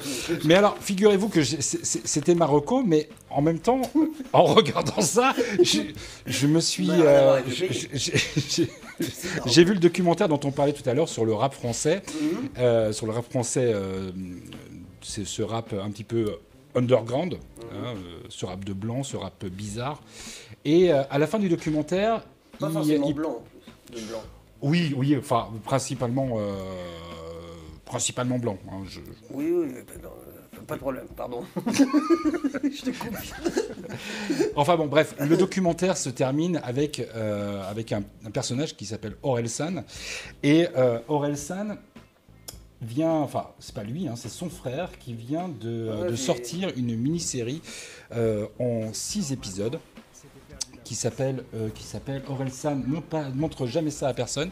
Et je me suis maté ça juste après. Ça fait 4... la série dure 4 heures quand même. Et son frère a filmé pendant plus de 20 ans. Toute sa carrière. Toute sa vie. En fait, il s'est mis à filmer son grand frère de manière un peu compulsive et maladive. Il pensait vraiment qu'il allait percer, comme disait.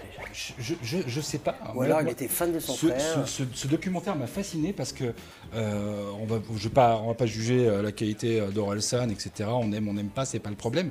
Mais le documentaire est assez fascinant dans le sens où, enfin, t'as un mec qui a filmé son frère pendant 20 ans. En étant persuadé qu'il allait y arriver. Il a filmé plus de 300 heures de rush. Il n'a pas arrêté. Il n'a pas arrêté. Et rien que pour ça, ça vaut le coup d'être vu parce que c'est un objet assez fascinant. Enfin, voilà. Donc, Orelsan ne montre jamais ça à personne. Moi, je vous invite à découvrir cette mini-série qui est disponible sur Amazon Prime. Mon Thibaut. Bon, alors moi, ma séquence hors sujet aujourd'hui, j'avais envie de parler d'un lieu. J'avais pas envie de parler d'un film, j'avais pas envie de parler d'une série, mais d'un lieu. Et ce lieu-là, il est important pour tous ceux qui sont fans de blues. C'est le All Blues Club de Pélussin, qui a ouvert ses portes le 7 septembre 2012. Ils vont fêter leurs 10 ans. Et pourquoi je veux parler de ce club-là ? Parce que dans ce club, qui est perdu un petit peu dans sa montagne, ouais, à Pellu, quoi, mais voilà. Le pays des pommes. Mais non, mais carrément. Mais si tu veux, donc t'es paumé là-bas. T'es paumé, mais déjà c'est dans le château, c'est dans les caves du château, c'est magnifique déjà le lieu. Et t'as juste que des stars ou des légendes qui passent dans ce club. Ah ouais. Il y a aussi des émergents, il y a des nationaux, des internationaux. Il y a un petit peu de tout ce microcosme de la scène blues, voire rock blues même aussi, qui passe dans ce club. Et il est tenu, ce club, que par des bénévoles. Et je fais un petit big up au programmateur qui s'appelle Jean-Philippe Porchereau, qui est le programmateur justement du All Blues Club, qui a une sélection qui, chaque année, ils font plus quand même une 50aine de dates par an. C'est énorme pour des bénévoles. C'est que vraiment, il y a des curiosités, il y a des découvertes, et puis justement, il y a des légendes. Je vous dis, on est quand même dans des coins un petit peu reculés, là, dans la région Rhône-Alpes. Et il faut savoir que justement, dans ce lieu-là, il y a des mecs extraordinaires. Donc je voulais vraiment parler du All Blues Club, parce que déjà, au-delà de recevoir toutes ces personnalités que je viens de vous citer, moi, c'est surtout les hommes et ces passionnés, ces gens-là qui font vivre ce club-là. Parce que si on n'avait pas des gens qui étaient passionnés par cette musique, ces lieux-là ne pourraient pas vivre. Donc, je voulais vraiment mettre un petit coup de projecteur sur eux et sur leur travail, parce que ça mérite vraiment. Ils ont une programmation d'enfer. On va vous mettre le site internet, c'est All Blues Club, hein, tout simplement. Et vous verrez, de semaine en semaine, il y a un concert par semaine, voire deux de temps en temps, parce que les artistes peuvent faire une date en semaine, les mercredis. C'est beaucoup les mercredis, les vendredis. Donc voilà, on vous invite vraiment à découvrir le All Blues Club. Et Dan, je te passe la parole pour ta séquence hors sujet. Pardon, oui. Alors, ma séquence hors sujet. Donc, on m'avait dit de préparer une séquence hors sujet. Moi, j'ai pas eu trop d'idées de fou, parce qu'on va dire que ces temps-ci, je me consacrais, comment dire, à mes projets. Donc j'étais bien centré sur moi-même, comme un gros con, et pas ouvert aux autres. Non, mais si. Alors j'ai pensé à un truc et qui m'a mis, j'ai pris une claque. Je dois l'avouer. Je suis allé à la soirée de réouverture de la Comédie de Saint-Étienne, avec ma compagne et mon enfant qui a 3 ans et demi. Et il y avait en début de soirée, vu qu'on vient avec un petit et que je suis un vieux, on attaque les soirées très tôt. Il y avait à 19h, je ne sais plus quelle heure c'était, ou à 20h, un spectacle tout public qui s'appelait Babylone. Et pour enfants, mais non, pour toute génération, mais il y avait beaucoup d'enfants, il y avait donc mon fils de 3 ans et demi, avec un comédien espagnol qui s'appelle Gabriel, je crois, et qui apparemment habite sur Saint-Étienne depuis quelques temps. Mais je ne le connaissais ni en noir ni en blanc. Hein. Et oui, c'est une sorte de naissance. Il utilise le ballon, il est à l'intérieur d'un ballon, il fait plein de choses. Il ne parle pas pendant 40 minutes, ou je ne sais plus combien de temps ça dure, 45 minutes. Il ne parle que par onomatopée. Et il m'a scotché. Et il a fait autant hurler de rire des enfants que des gamins pleuraient. Mais pleuraient de peur. Et j'ai trouvé ça, moi j'ai ri, j'ai trouvé cette performance hors du commun. Pour moi, hein. En fait, j'avais jamais vu un truc pareil, je me suis dit, comme quoi il y a des trucs... ma compagne m'a poussé à aller le voir, où j'étais pas forcément... je suis allé un peu en dilettante, j'avais plus envie de boire une bière... avec les intermittents que je connais à la comédie.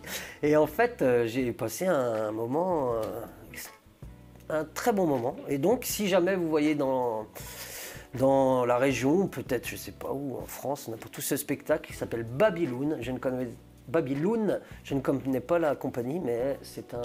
On va essayer de mettre ça aussi juste en bas. Babylon.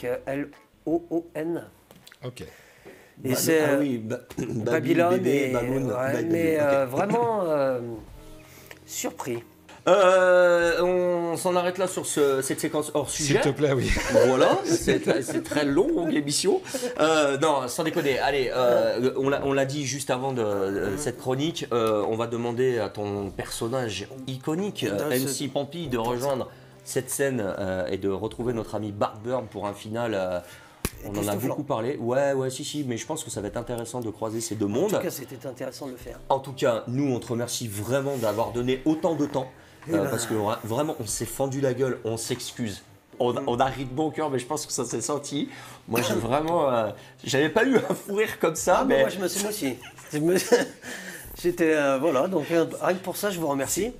C'était un très bon moment. Merci d'être venu en tout cas, et merci d'avoir partagé aussi avec Bart, parce qu'il nous l'a dit qu'il était vraiment content. Alors écoute, j'ai envie de te demander, mon Dan, est-ce qu'on a omis de parler de quelque chose dans cette émission qui t'était consacrée, ou est-ce que tu aurais un petit mot de la fin à donner à toutes ces personnes qui nous regardent? Est-ce que tu as quelque chose en particulier? Oui, on a parlé beaucoup de moi, de ma carrière, entre guillemets, qui au final, quand je regarde, tu te dis, ah ouais, tu as fait plein de trucs et ça n'a pas forcément tout marché, ou tu n'es pas forcément le gars le plus connu de la Terre et on s'en fout totalement, mais qu'est-ce que tu t'es fait plaisir et tu as fait plein de choses. Et moi, ça me suffit amplement. Donc, et puis c'est pas fini. Et oui, et donc plein de projets en cours, et donc... Toi, jeune, qui ne sais pas quoi faire de ta vie, j'ai envie de te dire, fais comme moi, abandonne tes études et lance-toi dans ta passion. Non, mais comme quoi, on n'a pas besoin de forcément passer à la télé, d'être suivi par 600 000 personnes et d'être il ne faut pas forcément... En tout cas, je parle pour mon métier, vraiment du spectacle. Forcément, contrairement, parce que moi je côtoie beaucoup de jeunes avec qui je travaille, des jeunes, ça fait vieux, en atelier d'écriture ou atelier pédagogique, et qui direct me parlent de devenir une star.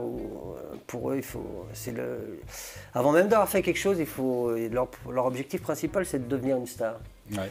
Et ça, c'est par le biais des réseaux sociaux, de tout ça. On devient vite une star du néant, souvent. Enfin, je parle des Instagrammeurs ou ceux qui ne prennent aucun contenu finalement, à part faire du placement de produits, ou qui n'ont pas un talent exceptionnel. Et je pense qu'avant de devenir une star, il faut tout simplement se lancer dans ce qu'on aime, dans la vidéo, dans la musique, dans le théâtre, dans le ping-pong. Bon, en tout cas, on va se quitter avec les gars sur scène. En tout cas, mon Kali, merci encore de nous avoir régalé. On se retrouve sur les réseaux sociaux, sur Facebook, sur YouTube, maintenant sur TL7. Vous pouvez laisser des messages. Vous pouvez nous dire ce que vous aimez, ce que vous n'aimez pas, ce que vous aimeriez voir. Vous nous aviez dit, on veut voir un truc un peu plus typé rap. Vous l'avez eu, j'espère qu'on a fait un peu le tour du sujet. Mais c'était hyper important de recevoir une sommité de cette musique. Et ouais, en plus, à visage découvert. Et ça, c'est tout à ton honneur. Et moi, je respecte vachement ça, d'être démasqué, parce que c'est là où on sent la sincérité de l'homme. C'est pas ce qu'il dit. Elle est profonde, je sais pas comment il fait. C'est profond comme émission. Bon, allez, on se quitte là-dessus. Je vais te demander d'aller te... Non, mais tu peux y aller. J'enlève mon micro. Et on va se quitter avec une petite coupure pub, comme ça te laisse le temps d'aller jusqu'à la scène. Et on se retrouve la semaine prochaine. Salut mon Manu, salut Monsieur Lee, et comme le dit si bien notre ami Jean-Claude Van Damme, see you later, alligator. Merci.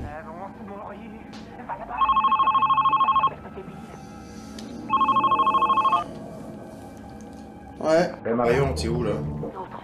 Je suis chez moi. Je regarde une rediff de Cobra. Ouais. Bah moi aussi je regarde une rediff de Cobra. Fouillard!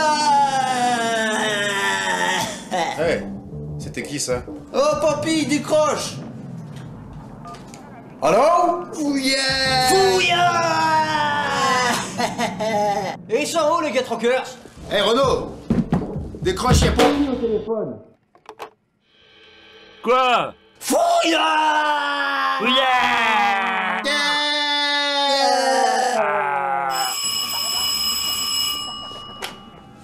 Allô?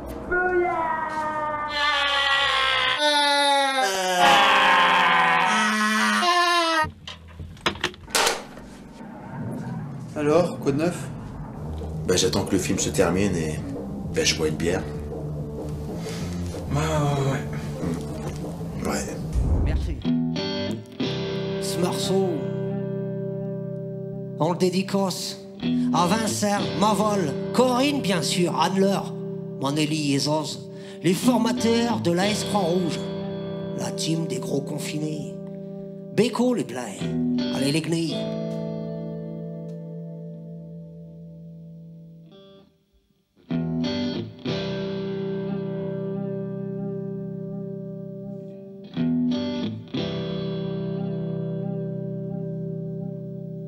Me lève les yeux collés, je veux direct sur Insta.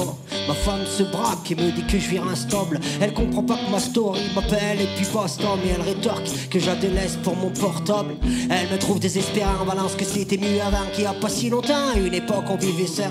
Les réseaux sociaux pour la grande c'est fini. Pris avec plus de coloc, ça fait le tri dans ses amis. Elle a pas tort sur Facebook, t'as un cul champ pote. Tu sais qui fréquente, ce qui graille pour qui vote. Tu tarpes leurs vacances à base de photos de pied. Perche à selfie, vidéo des soirées. Hey, moi je dis rien, je me dope au pouce vert. Plus on me follow et plus je trémousse du derrière. C'est pathétique, manger, draguer n'ont plus de saveur. On fait nos courses au drive et on va pécho sur Tinder. Sur nos plages pleurent des migrants et nous on s'évertue à bloquer sur nos écrans. De toute façon on bouge pas, l'essentiel c'est de poster des vidéos sur Insta. C'est l'agonie de la planète et nous on préfère passer du temps sur internet. De toute façon on bouge pas, tant qu'il y a du wifi, l'écologie ça nous touche pas. Mon existence est gaffe de fake sous poudre de pomme. Une sorte de soda sans bulle à l'aspartame. Que je fiole à grand trait quitte à éclater. Boulimie d'écran tactile et de pouce à la télé. Photoshop, c'est mon coach sportif. J'hashtag mes pensées, tous mes coms sont corrosifs. Je me sens tout puissant à l'abri derrière mon ordi. Mais je fais moins le malin et le bassouille dans la vraie vie. J'ai la carte mère en surchauffe, plus de ventilo dans le ciboulot. Noyé dans l'information H24 en caisse ou au boulot. Dans la rue les zombies têtes, PC végètent. Ils ont brûlé les livres et mis les cendres sur internet. C'est pas l'eau, si tu es pas sur le réseau on t'invite plus en soirée. Doodle c'est ma mère et Google mon imagination. Pour vivre heureux il faut peut-être vivre déconnecté. En attendant salut mon fil d'actu m'attend à la maison. Sur nos plages pleurent des migrants et nous on s'évertue à bloquer sur nos écrans. De toute façon on bouge pas, l'essentiel c'est de poster des vidéos sur Insta. C'est l'agonie de la planète et nous on préfère passer du temps sur internet. De toute façon on bouge pas, tant qu'il y a du wifi, l'écologie ça nous touche pas. La misère se voit à tous les coins de rue et on préfère aller devant les chaînes d'infos, on continue. De toute façon on bouge plus, on s'exprime sur Facebook dans l'espoir d'être vu. Toutes nos ressources s'amenuisent et on s'amuse à tweeter en laissant fondre la banquise. De toute façon on s'en tape, de l'heure à la télé bien installée sur notre canapé.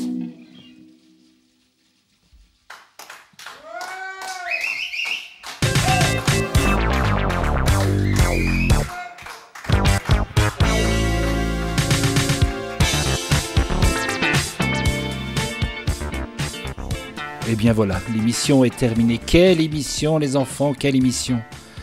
Maintenant il ne vous reste plus qu'à vous abonner à la page YouTube pour nous aider. Puis également cliquez sur la petite cloche. Ça aussi ça nous aide énormément. À la semaine prochaine.